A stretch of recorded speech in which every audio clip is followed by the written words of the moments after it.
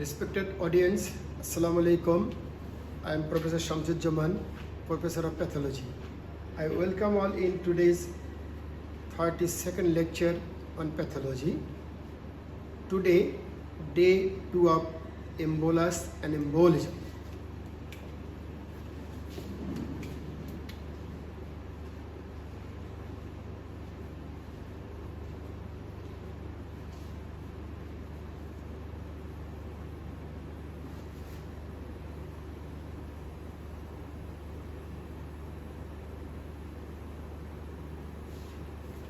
Today's topic is Gaseous Embolism and Paradoxical Embolism.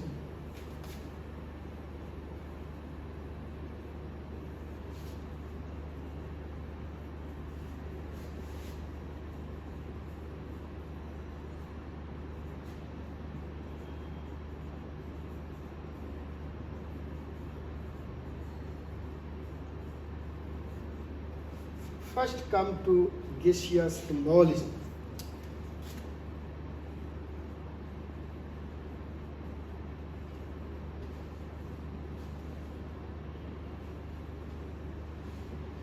Dear audience, in day 1 lecture on embolus and embolism, I have told you what is embolus and what is embolism.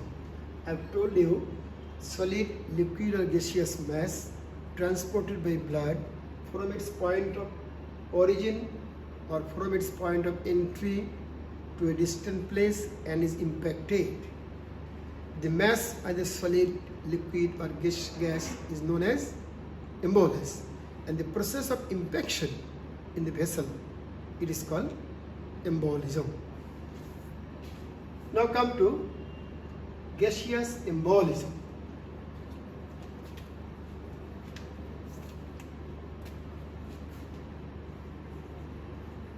Gas bubbles may be transported by blood as an embolus. Again, gas bubbles may be transported by blood as an embolus and may be impacted in blood vessel. If it is impacted in blood vessel, then it is called gas embolism or gaseous embolism. If impacted, called gaseous embolism. Suppose this is blood vessel, this is the branches of blood vessels.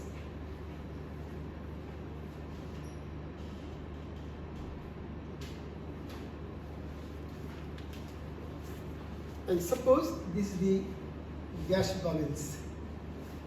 This gas bubble, if it is transported by blood like this, then it is called embolus.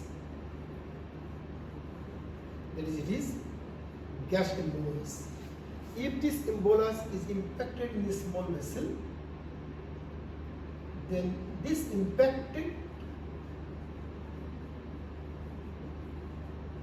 gas bubble here the gas bubble is impacted, and such type of impaction of the gas embolus is called gas embolism.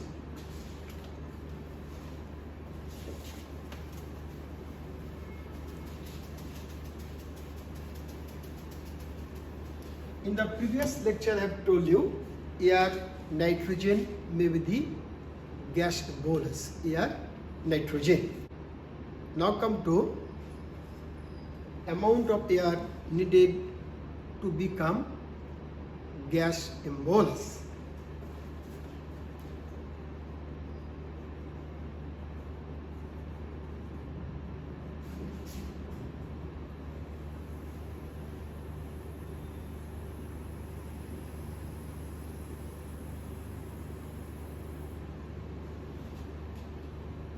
amount of air needed for gas or air embolism more than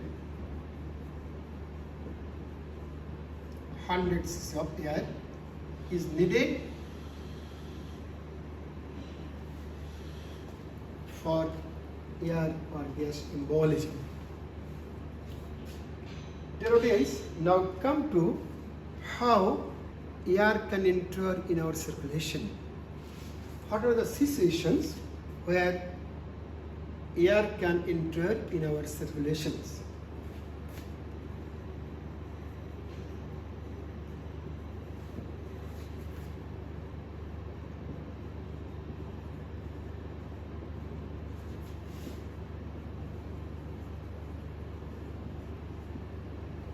Cessations of entry of air in circulation.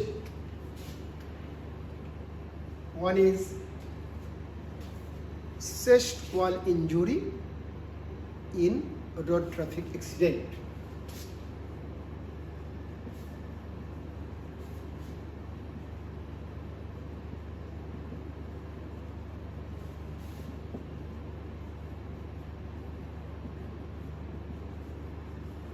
So, if there is chest wall injury in road traffic accident, there is chance of entry of air in the veins. And during obstetric procedure,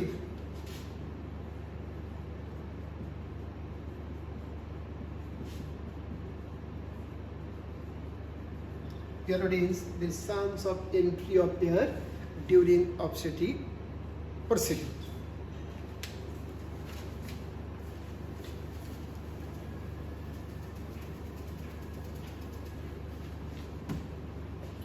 Now come to decompression sickness.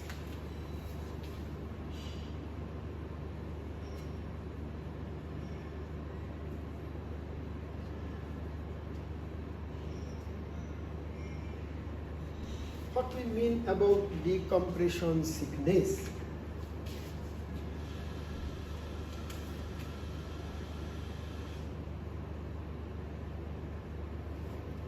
Sickness following a particular type of embolism caused by change of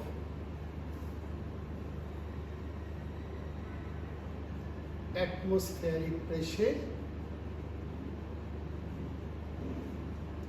is known as decompression sickness.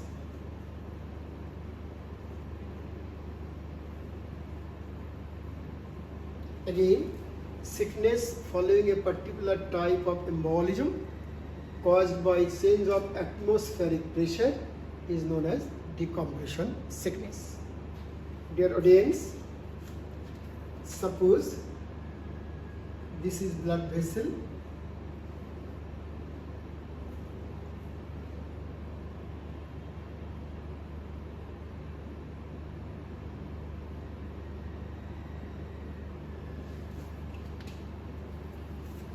Suppose there is gas bubble.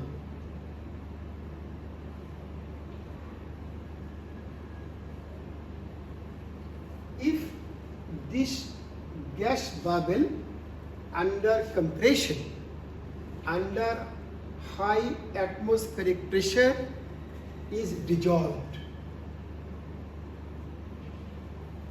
that is, this gas bubble in blood under high atmospheric pressure, that is under compression, dissolve and become liquid.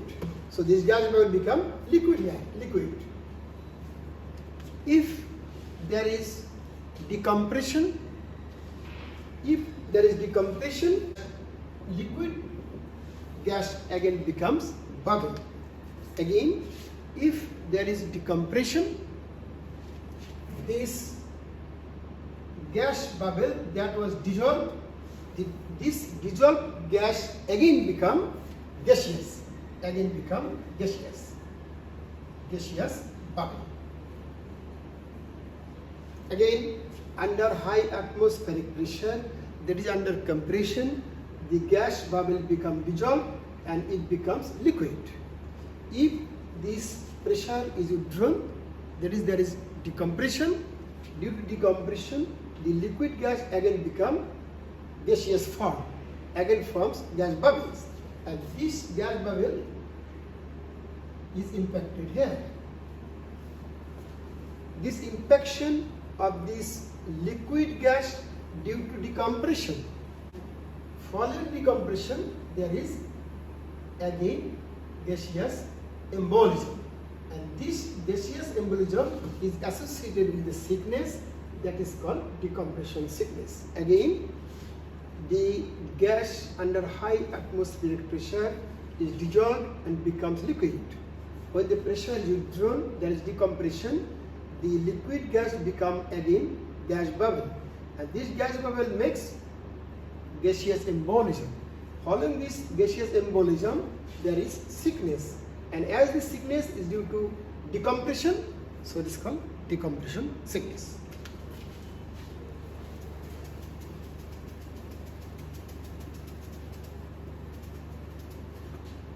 Now come to who are affected in decompression sickness. That is, individuals who are affected by decompression sickness.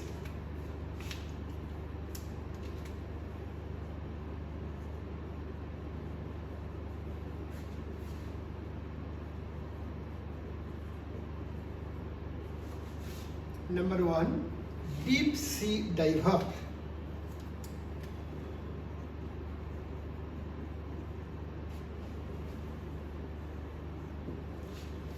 Number two, underwater construction worker.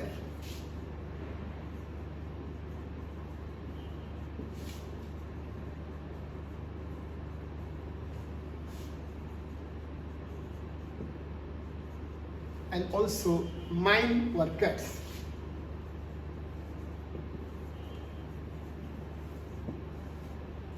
Now come to pathogenesis of decompression sickness.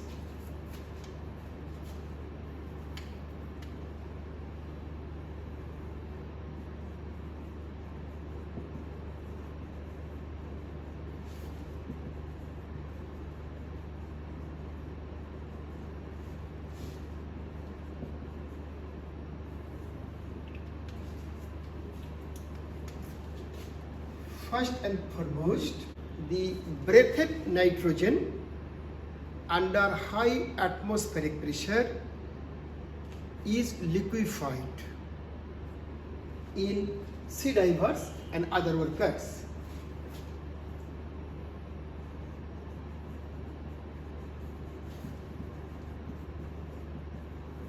Breathed nitrogen is liquefied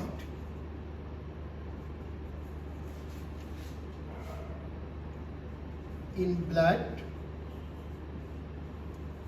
under high atmospheric pressure in sea divers.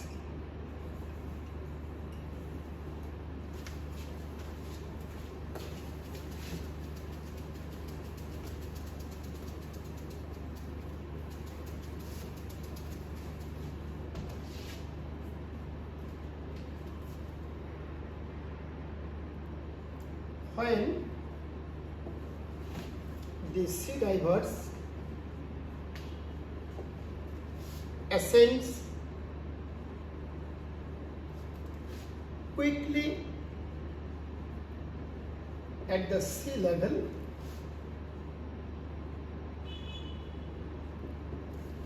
if the sea divers ascends quickly at the sea level, what will happen? The dissolved nitrogen or the liquefied nitrogen becomes nitrogen bubbles. When the sea divers ascends quickly at this sea level, what happens there? There is decompression.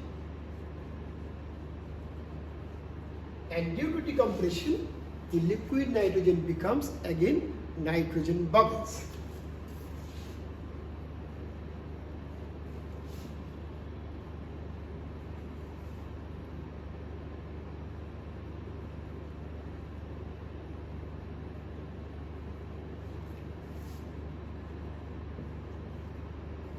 And this nitrogen bubble forms gas embolus, and this gas embolus is impacted and makes gaseous embolism.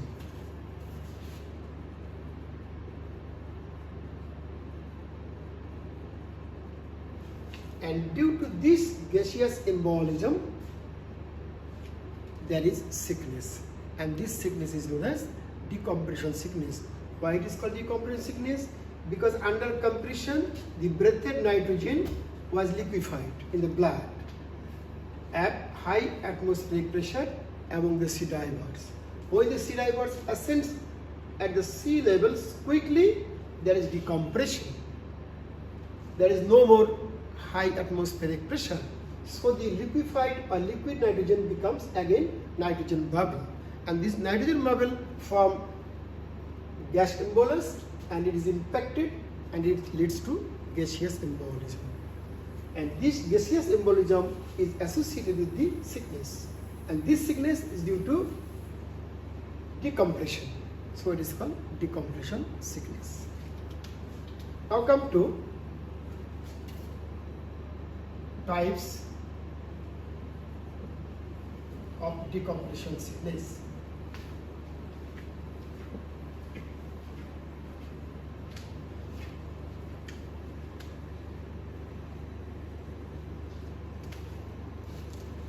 Acute decompression sickness,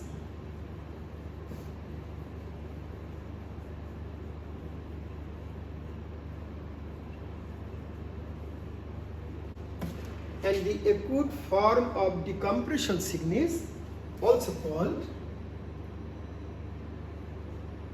bend. Another is chronic decompression sickness. And the chronic decompression sickness is also called Caisson disease.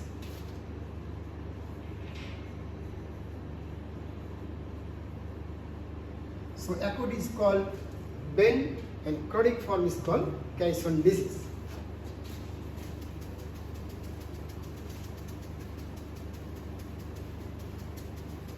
Now come to bend or acute decompression sickness.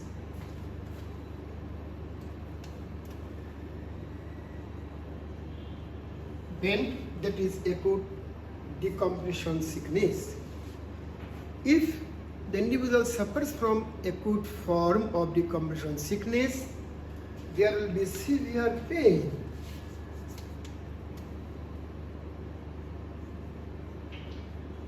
Severe pain, and there will be bending or arching of individual.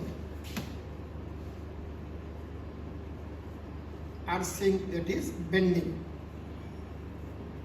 Now come to what is the pathogenesis of severe pain in acute form of decompression sickness.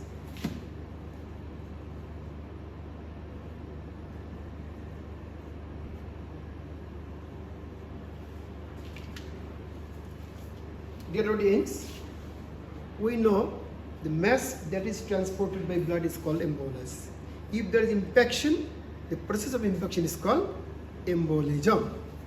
In case of decompression sickness, there is infection of the gaseous embolus.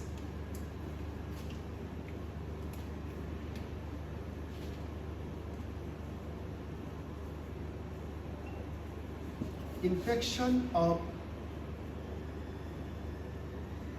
gaseous embolus made by nitrogen, occlusion of blood vessels, in muscle, in tissue, and around the joints. Again, infection of gaseous embolus, occlusion of blood vessels, where in different muscles, in different tissues, and around the joints. So there is ischemia, and due to ischemia, there is severe pain.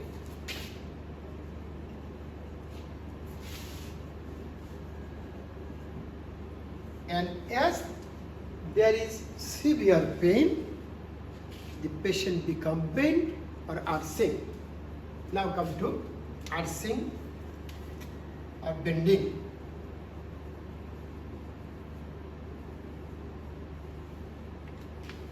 There is, due to ischemia, there is severe pain, and due to severe pain, patient bends like this, or patient arched. Due to severe pain,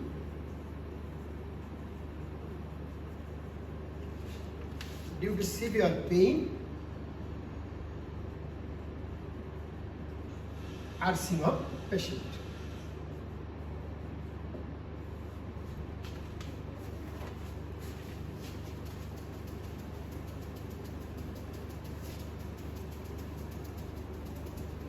Dear audience, now come to why acute form of decompression sickness is called bend.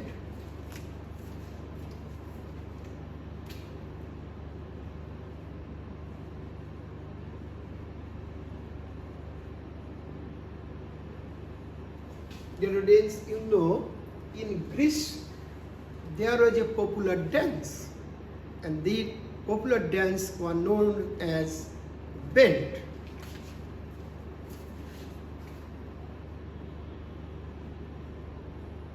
In Greece, a popular dance. In Greece, there was a popular dance known as bend, because the performer or the dancer performs the dance and becomes arched. That is, in Greece there is a popular dance known as bend. During performing, the dancer become bent. The dancer become arched. So such type of arching is found in acute form of decompression sickness. So it is called bend. Again, why it is called bend? In Greece, there was a popular dance. It was known as bend. During performing, the dancer is arched. And such type of arching is found due to severe pain in acute form of decompression sickness. So it is called bend. Now come to chronic form of decompression sickness, that is Caisson disease.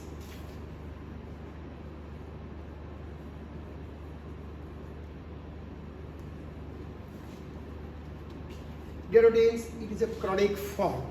What happens here?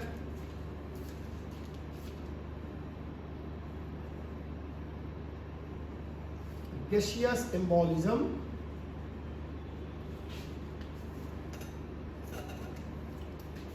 persists for a long time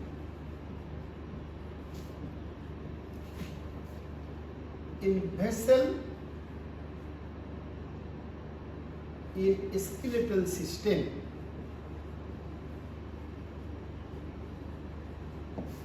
and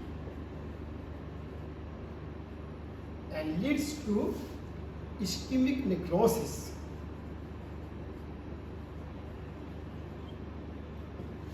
Gaseous embolism persists for a long time in vessel, in skeletal system, and leads to ischemic necrosis, especially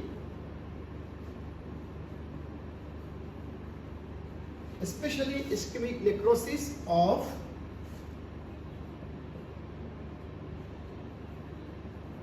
head of humerus, head of humerus.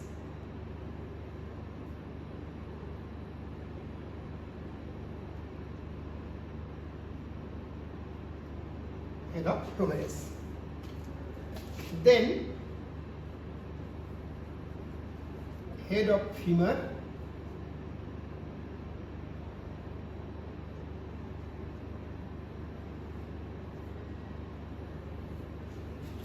then head of tibia,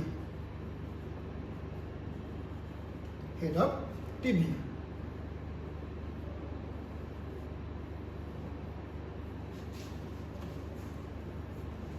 Gaseous embolism persists for long time in vessel, in a skeletal system, and it leads to ischemic necrosis, especially ischemic necrosis in the head of humerus, head of femur, head of tibia. And there is pain for long time. Due to ischemic necrosis, pain for long time. And this is chronic form of decompression sickness, that is Caisson disease. Why it is called Caisson?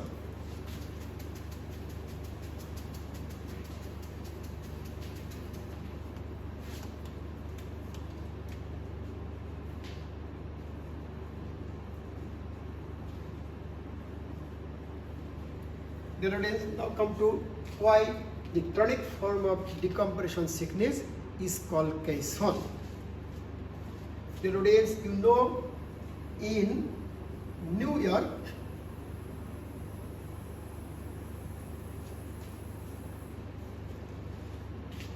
there is Brooklyn Bridge.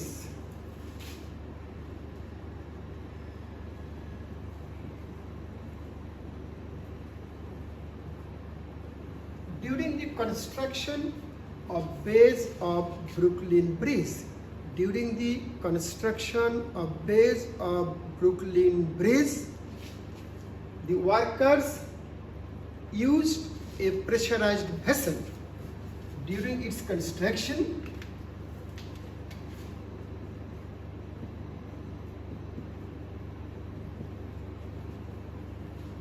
during construction of base of this bridge, the workers used a pressurized vessel.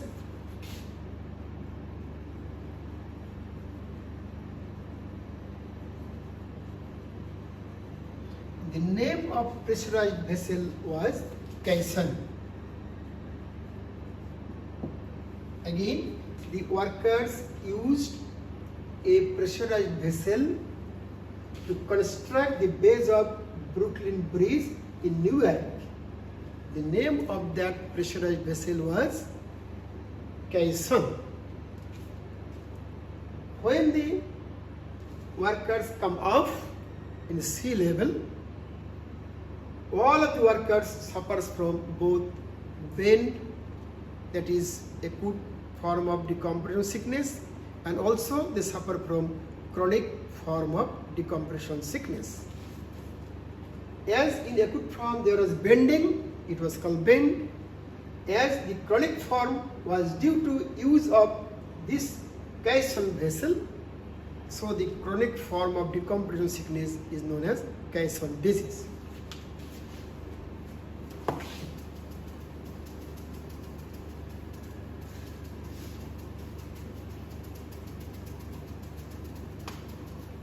Dear students, this is all about the decompression sickness.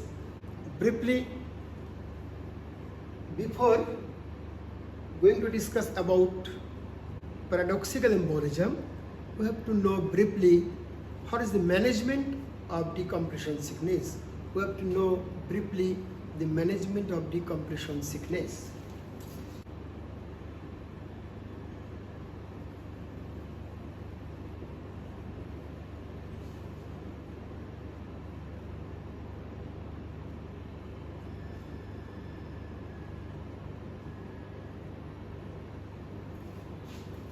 Again, we can recapitulate. In decompression sickness, due to decompression, the liquid nitrogen become bubble and leads to embolism. The affected person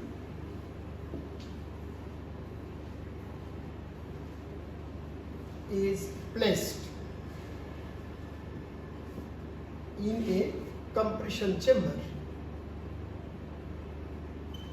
In a compression chamber, so that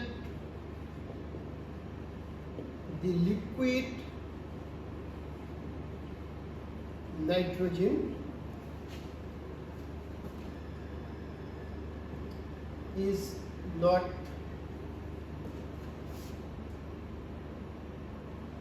converted to gaseous form. Again, the worker is placed in a compression chamber so that the liquid nitrogen is not converted to gaseous form. Then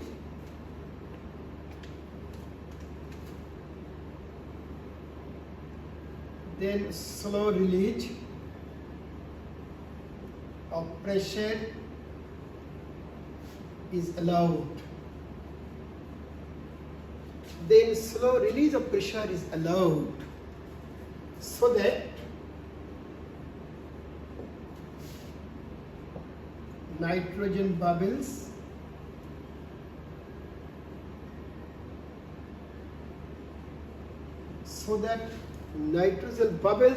do not reform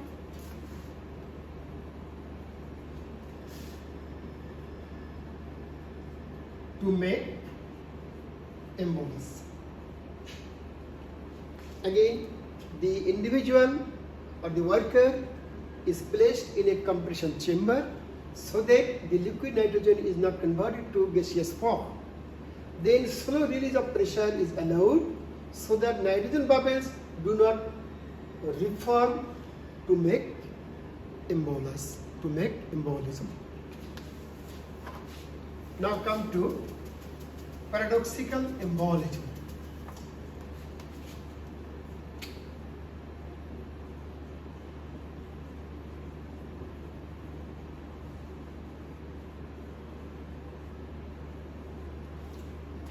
Dear audience, we know from the first lecture on embolus and embolism, there is venous embolism and arterial embolism. Venous embolism, embolus originated in the venous side and is impacting the lung. In the arterial side, the embolus usually originate from the left ventricle following myocardial infarction, in the left ventricle following myocardial infarction, and it impacts in the small arteries and leads to ischemic necrosis. Paradoxical embolism means embolus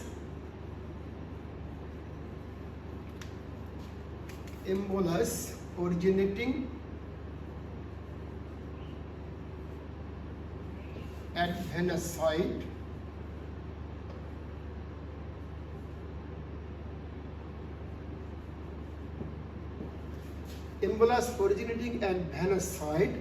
that enters into arterial side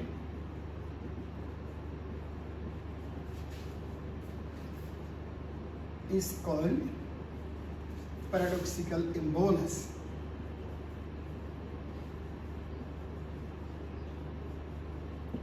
Again, embolus originates at venous side. If it enters in the arterial side, then it is called paradoxical embolus. The impaction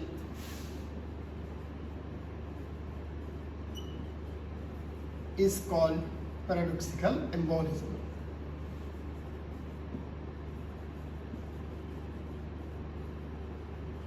and the infection is called paradoxical embolism. Dear audience, suppose this is heart.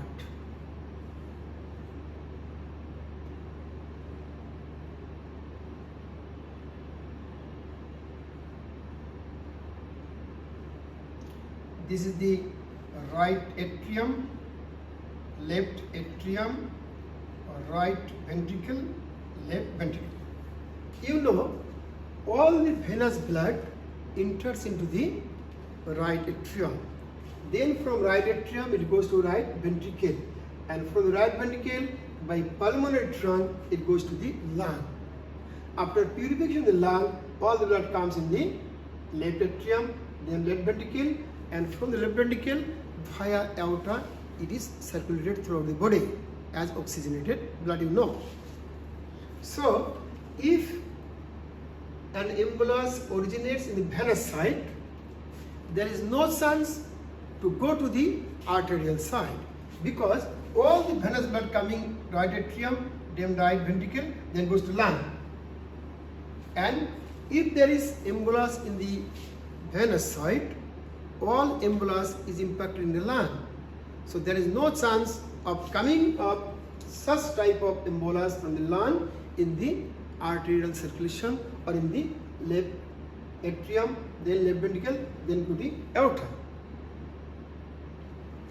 But if embolus originating in venous side, that may enter in the arterial side. How? If there is interatrial septal defect, or if there is interventricular septal defect, or if there is patent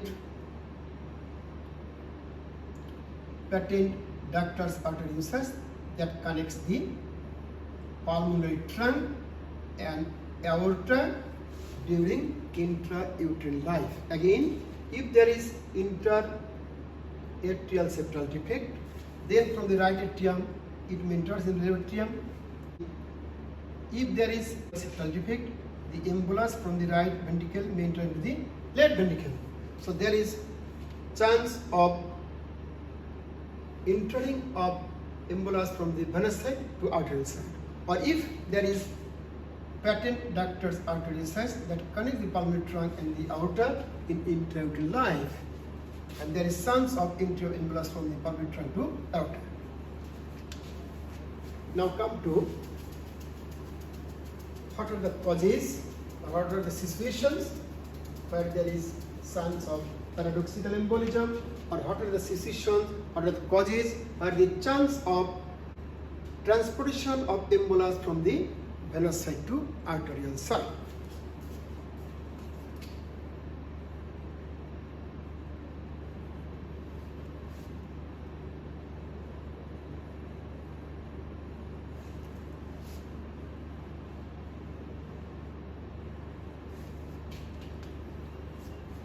One is interatrial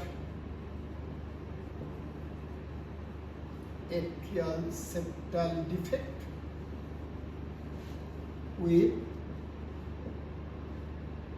pulmonary hypertension. Dear audience, if there is interatrial septal defect and if there is embolus in the venous side, it only can enter in left atrium if there is pulmonary hypertension, because we know the pressure in the left atrium is more than the right atrium. So embolus originating in venous side that enters in the arterial side along the pressure gradient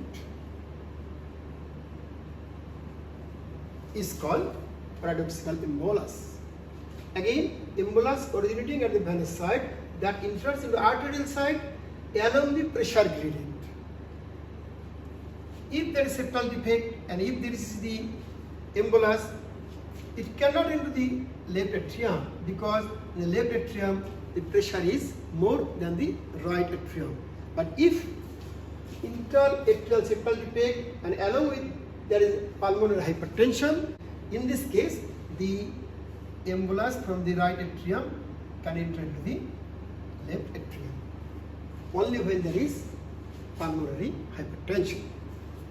Then interventricular septal defect with pulmonary hypertension.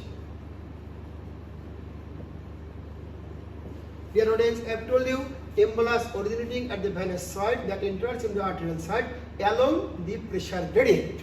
So, if this is the septal defect interventricular, and if this is the embolus in the right ventricle, it can go in the left ventricle if interventricular septal defect is associated with pulmonary hypertension, because you know the pressure in the left ventricle is more than the right ventricle.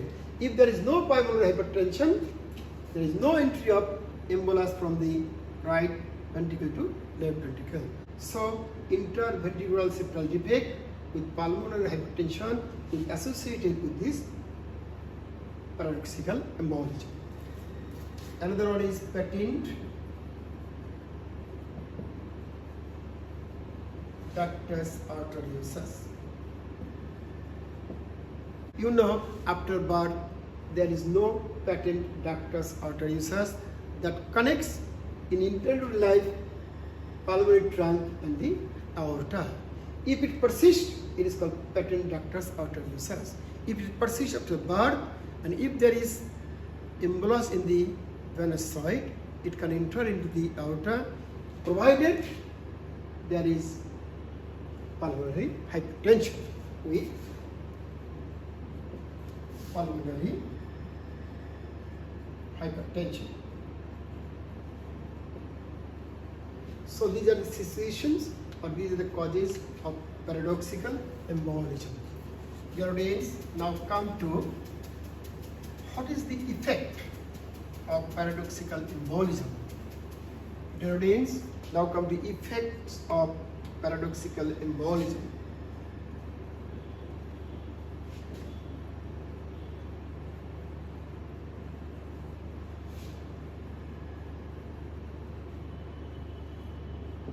Again we recall, paradoxical embolus means embolus originates in the venous side. It can enter into the arterial side along the pressure gradient. If from the venous side it enters in the arterial side, if this is the artery, this is the branch of artery. If this embolus originating in the venous side comes in the arterial side, it is transported by blood and it occludes the small artery, and distal to this occlusion there will be ischemic necrosis. So, effect of paradoxical embolism is ischemic necrosis.